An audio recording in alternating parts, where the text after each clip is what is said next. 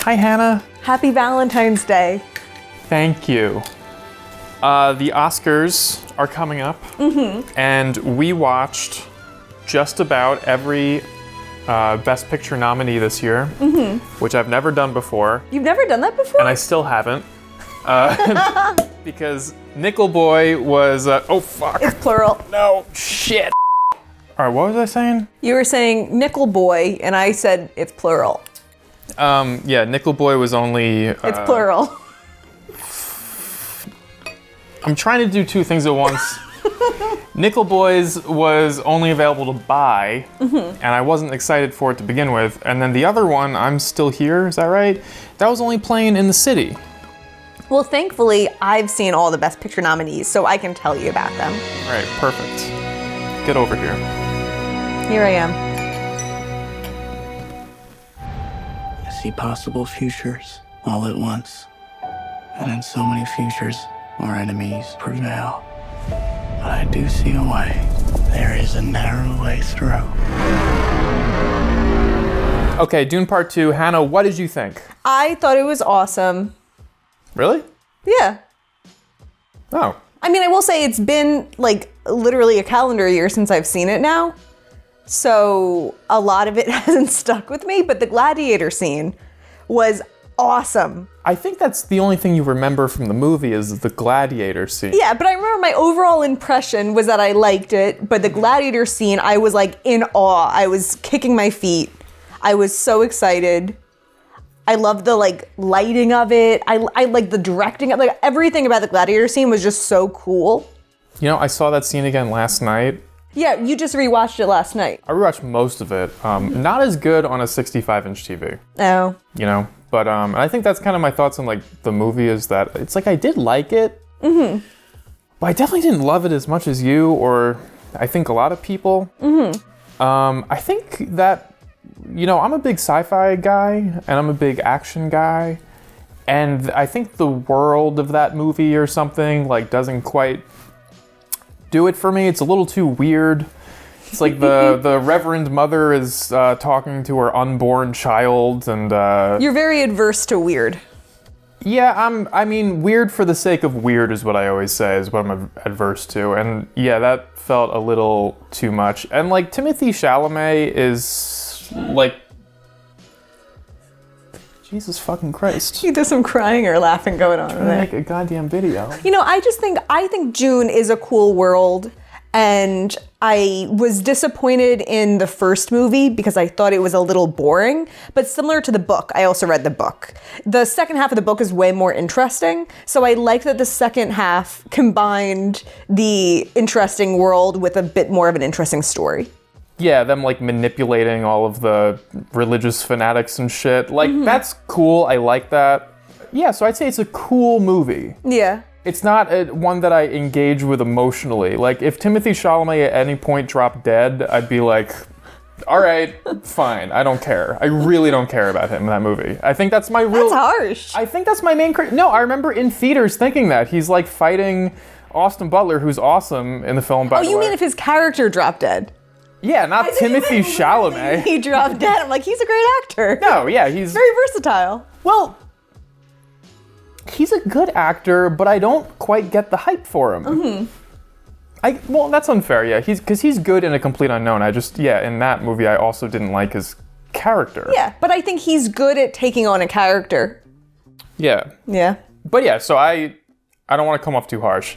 I like Dune. I like the movies. All of that guy, Denis Villeneuve's movies, whatever the fuck, they're all like weird movies that you have to really be in the mood for. And if you're not zoned in... Like, then there's other things that you wish you were Dune.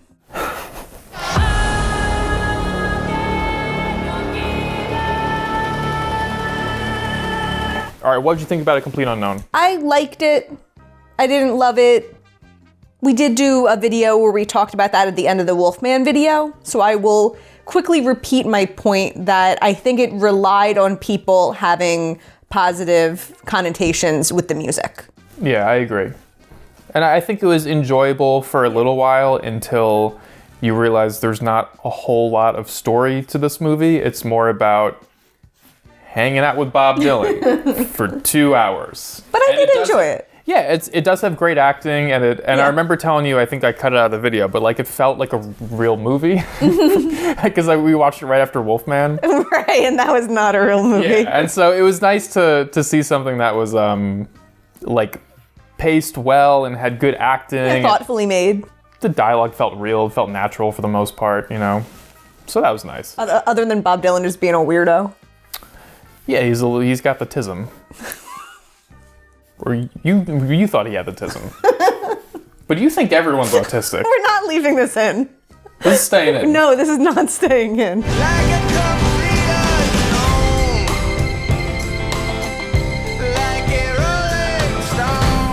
All right, Hannah, what's Conclave about? Conclave is a political thriller starring every old white man you know about the journey to elect a new pope. We're about to choose the most famous man in the world. And 1.25 billion souls watching. Let's say this is a pretty fair vision of hell. Well, don't be blasphemous, Ray. Hell arrives tomorrow when we bring in the cartons. I'll say up front, I had zero interest in seeing this movie. It looked so goddamn boring. That's so funny. So I thought the trailer was great.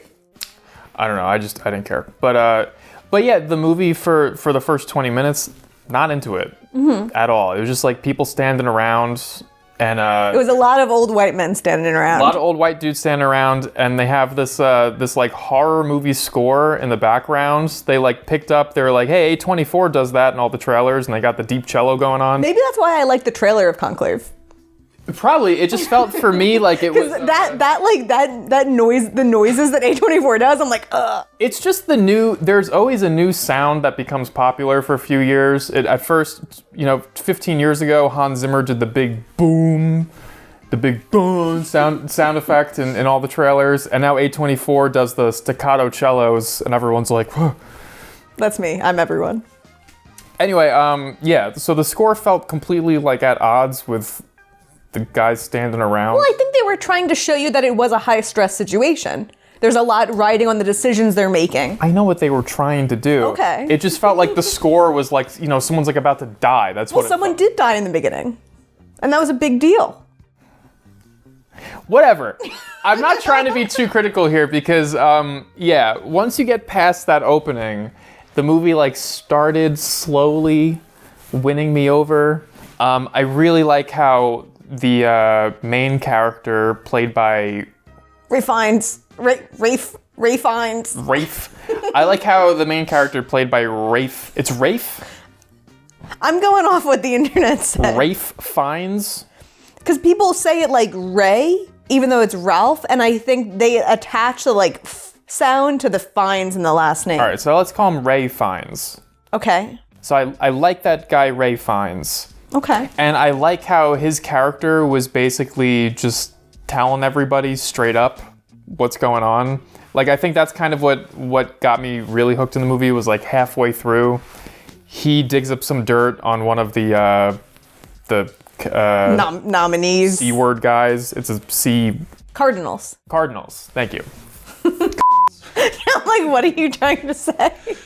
Yeah, I also liked how the Cardinals like felt like real people. Because whenever you see those guys in real life, or like you see a priest in real life, and you're like, are you a person? You're just like a guy. You're like a wax figure. You're in a way too fancy robe. It's like, what do you do when you go home? Mm-hmm. Do they have a different robe they put on at night? Yeah, right. But these people, they acted like real human beings, and so I like that. And I also like that it wasn't too stressful or tension filled. It was a very laid back, like, there was some scandalous, shady shit going on, but at the end of the day, they figure out their problems by being allowed to speak about them, and everyone else listens. And it was just like a more peaceful version of U.S. politics. Mm-hmm. Does that make sense? Yeah, I hear where you're coming from. I thought it was melodramatic. I thought it was so like, now they're leaning towards this guy, but then, oh no, he did this bad thing. And then the person's like, I'm so sad. And he's like, you will never be Pope. Like, it was just so much that, and like the like explosion that happens outside, and then the ending. I just thought it was like, it lost me. I didn't believe it. I'm surprised you didn't like it more. I thought I would like it more. Based on the trailer, I thought I would like it. But it was just, it just felt so like, boop, boop, boop, boop, boop, boop. And in a way, I would have appreciated the ending more if it was more like here's another secret that the Catholic Church has to protect or something. But I felt like they framed it more like it's changing or something. Yeah, that's what I thought was interesting. I thought it really painted these guys as real people. And it's like, you find out, okay, this traditionalist guy he's literally racist, homophobic. He probably molests children. And then you have the other side, which is clearly against racism and homophobia. Yeah, I mean, I like those aspects about it. I like that they felt like real people for the most part, but I just think there was so much focus on like, this person conspired to bring this person's former mistress there. Like, it just, I didn't buy it. But something has to happen in the movie. But a different movie would have had one thing happening during it and not just like, oh, this guy's winning and now this guy's not winning. Now this guy's winning and now this guy's not winning. And there was an explosion outside and this guy has... I'm so shocked by this. I can't, I thought they did the bare minimum of plot revelations to keep the story going. That's funny. Yeah, to me, it just felt like it was just a kind of like laid back movie. And like I said, I thought the score was at odds with what's happening. I think the composer came in and he was like, fuck, I got nothing. This is so boring. And then he's like, let's do the A24 things. Ding, ding, ding, ding, ding. Get your cello out.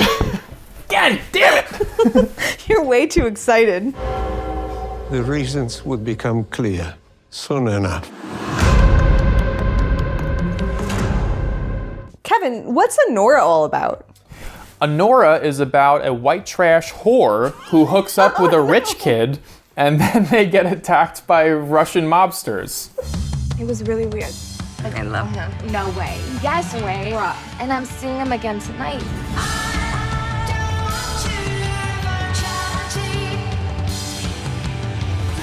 What did you think about Anora? I like Sean Baker movies.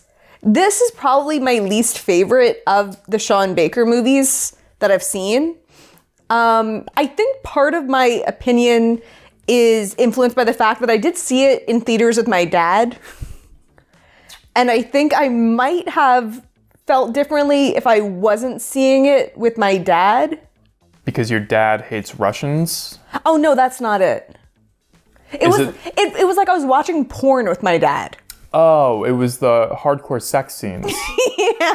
Oh, I see. Yeah. So in a way, I wasn't fully immersed because I was like, oh, this is weird to be watching this with my dad.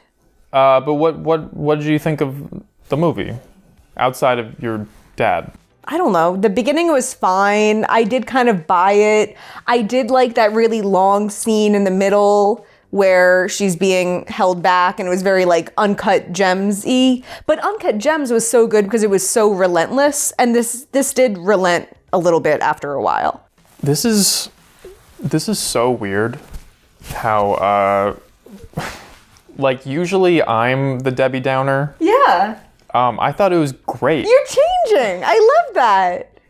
I thought the movie was great. Wow. I mean, it did go on too long, I'll give you that, but like, yeah, the first 30 minutes are just like, it's like a fun party montage, essentially. And what that Sean Baker guy, he just gets you to like people that otherwise you would think in real life are absolute scumbags, Like that girl in real life, if you saw her anywhere in a bar, you'd be like, fuck this lady, Literally. Yeah, but like she became likable. And then, it made you sympathetic towards her. Yeah, and then you meet the Russian goons in the middle of the movie, and they play it in a way, or it's written in a way where they're just trying to go about their business, and they keep getting really annoyed with this girl being a complete maniac.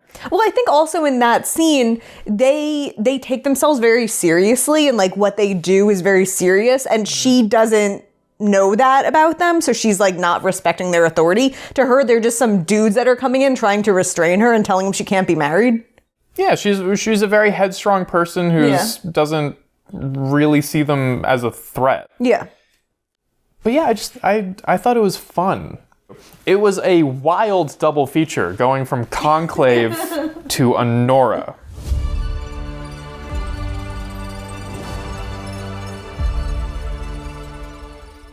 What was Wicked, Kevin?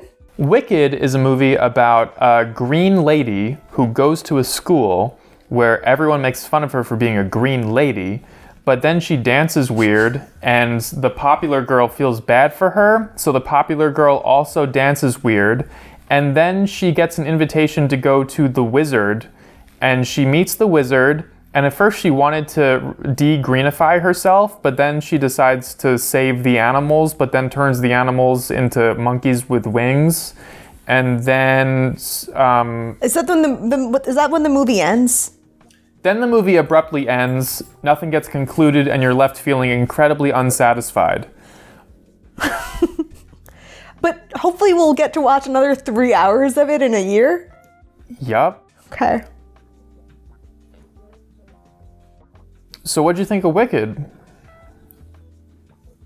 What's the next movie?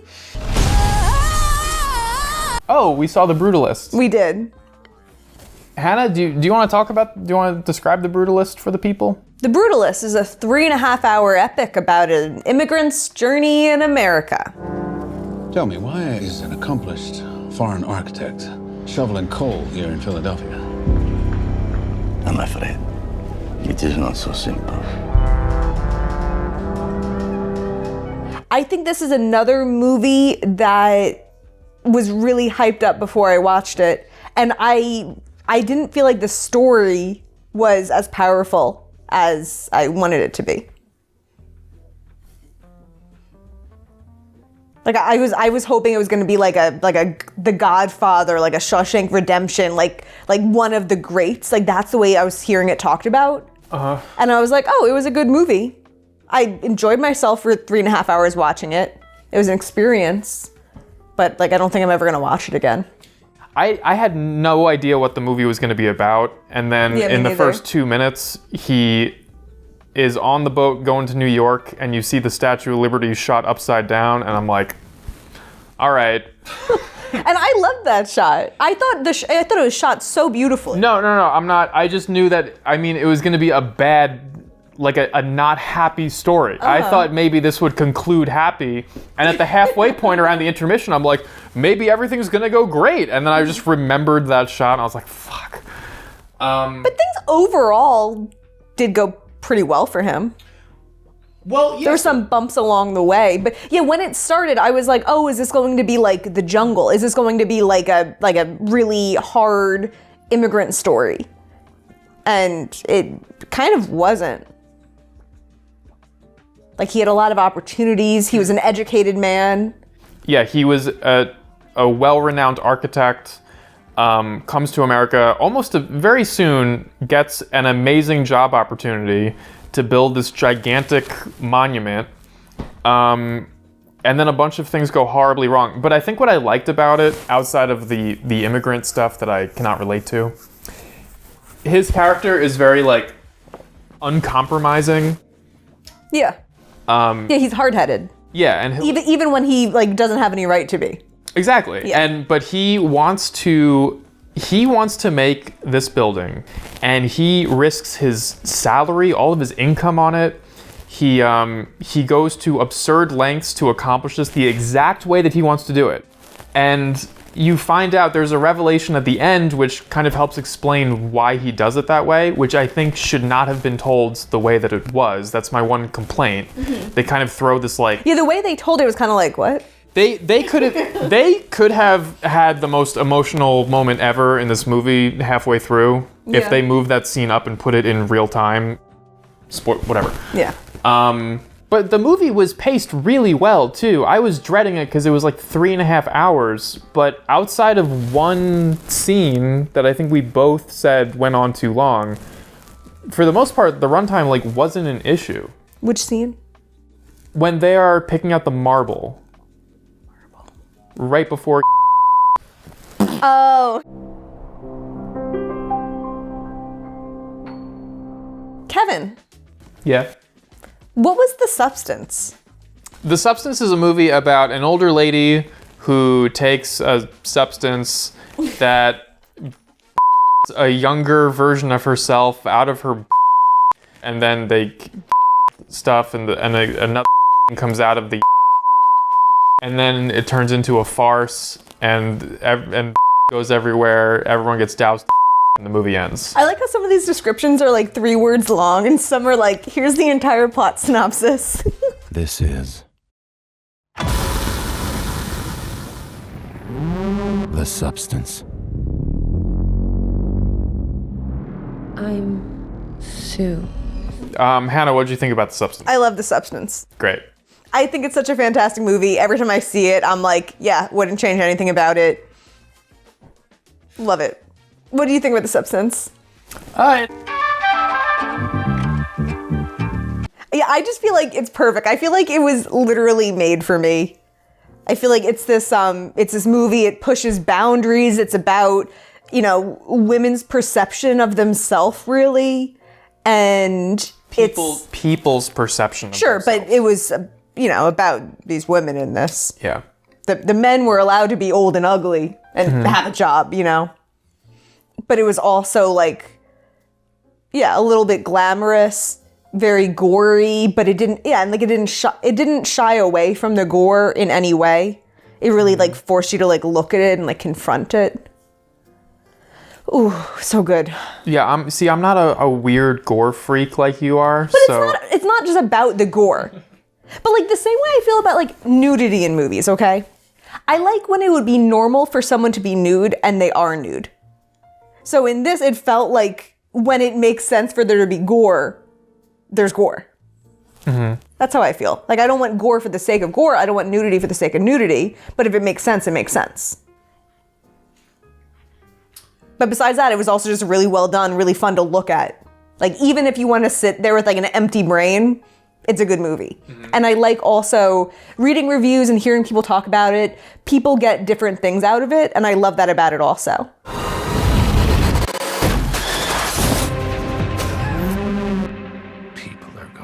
Love that. I saw I'm Still Here, and I thought that was a good movie. It was about a family living through political turmoil in Brazil and the way that it impacted their family, but it was really well done. It was interesting. It was emotional. I was talking to the audience since you weren't listening. Oh, okay. And yeah, it was a good movie. All right.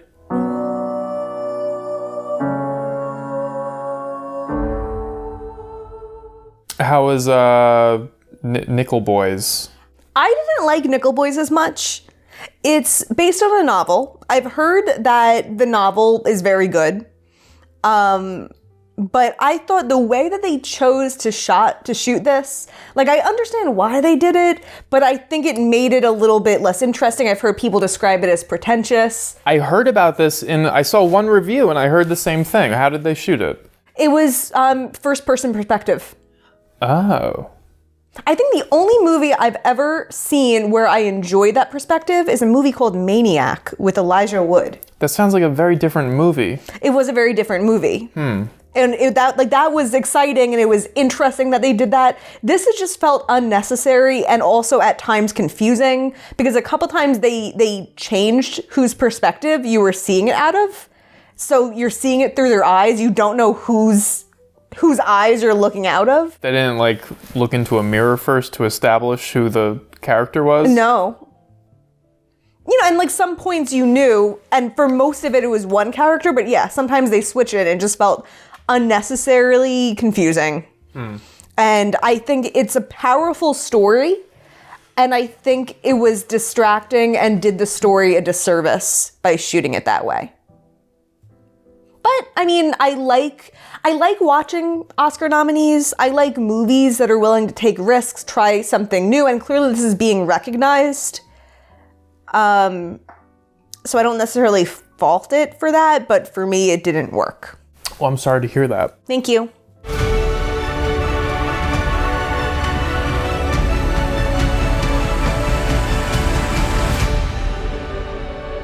A movie that did work, however.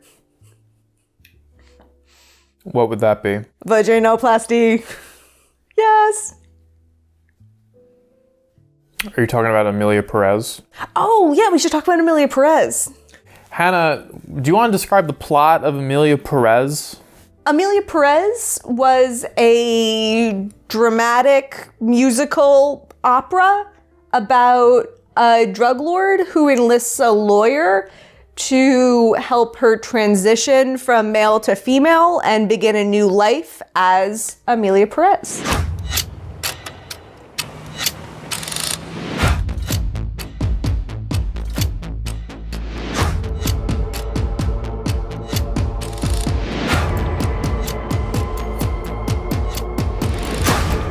Hannah, what did you think about Emilia Perez? I don't know if the 5 people who are still watching are ready for my opinion. Yeah, me neither. Yeah. I liked Emilia Perez. Sorry, everyone. Sorry. I liked Emilia Perez. There's a lot of criticisms about the movie. I feel like it's a divisive movie, but I also feel like a lot of the complaints that I've heard are more about the movie, the topics of the movie or the production of the movie than about the movie itself. And those can be valid things to take into account, but I feel like a lot of the people shitting on it aren't shitting on it because they dislike the movie. They're shitting on it because they disliked either that it's about a trans person at all or that it's about a trans person who's not a good person. You know what I mean? Kevin. I don't care about either of those things, and I thought it was a bad movie. Why? It was so fun. Here's what I'll say. It certainly was not a boring movie. Yeah. It was entertaining. Yeah. But The Room is an entertaining movie. I don't say The Room is a good movie. It's an unintentionally funny movie, you know? I feel like Emilia Perez was the same way. You know, we talked about this, and I don't think Emilia Perez was unintentionally funny. I feel like they knew what they were doing making it. Well, that is certainly up for debate, because, my God, this movie is bananas. Yeah. There is... And I'm a monkey. I eat bananas. I liked that I didn't know what was going to come next. I liked that tonally it was all over the place because it was fun and it was different. Mm-hmm. The song about all the things that Emilia Perez smelled like, that was awesome. Yeah, that scene is great. Yeah. It's just not intentionally great. I mean, but how you don't know that? I mean, I think you don't know that, and I also think that does that matter? Yes. So someone can only create something great if they know it's great? Hang on. For context, so Emilia Perez is a trans lady who gets separated. She separates herself from her family, right? And then years later, wants to see her kids again. Yeah, I think 4 years later. Wants to see her kids again. And the movie turns into Mrs. Doubtfire. It's so crazy. And then Emilia Perez is in bed with her son, and the son is singing about all the things she smells like, which is like 45 things. It's way too many things. And she smells like shit. She smells awful. She smells like sweat and guacamole. And meat and whatever. Grass. It's so crazy. Cigars. And it's the type of thing where, like, you can't do that on purpose for comedy. That's too weird. There's no way. How do you know that, though? That has to be unintentionally funny. I just don't believe they were self-aware. The movie ends on a comedy shot. I'm not gonna spoil the whole thing, but it ends on like, okay, fine, I'll fucking spoil the whole thing because who cares, right? So it ends with Emilia Perez is in a car. The car crashes, And then there's like a She's in the trunk of a car. She's in the trunk of a car. The car crashes. There is a long pause. And then comedically, in perfect timing, the car explodes. It's literally like the Groundhog Day scene when the car goes over the cliff. And they're like, maybe he's all right. And then it blows up.